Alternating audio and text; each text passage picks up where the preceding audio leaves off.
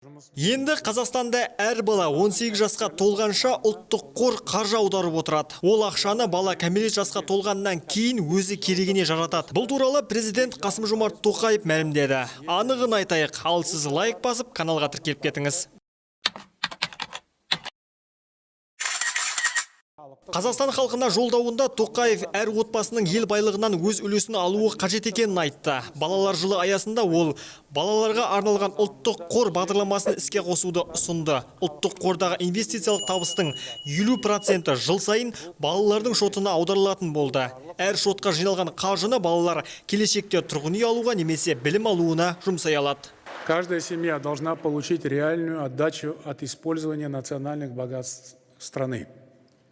Поэтому считаю исключительно важным в рамках объявленного мною года детей дать старт принципиально новой программе «Национальный фонд детям». Предлагаю отчислять 50% от ежегодного инвестиционного дохода Национального фонда на социальные накопительные счета детей до достижения ими 18 лет без права досрочного снятия.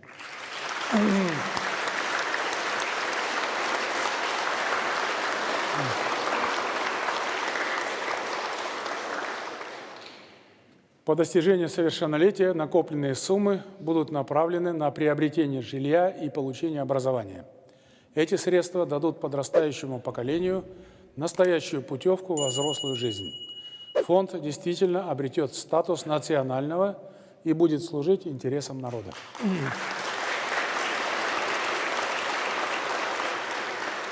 Учитывая необходимость тщательной проработки этого масштабного начинания, поручаю запустить проект с 1 января 2024 года.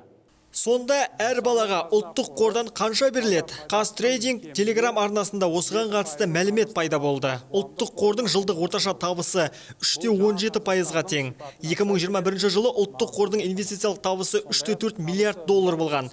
Ал Қазақстанда барлығы 6,485,507 бала бар. Сәйкесінше жыл сайын әр баланың жинақ шотына 125.000 теңге түседі. Ал қордың инвестициялық табысы артса, 18 жасқа дейінгі баланың шотына 2,5–3,5 миллион теңге түседі. Достар, видео ұнаса, каналға тіркеліп, лайк басып кетуді ұмытпаңыздар. Мен тиімді көші-қон саясаты туралы айтып отырмын.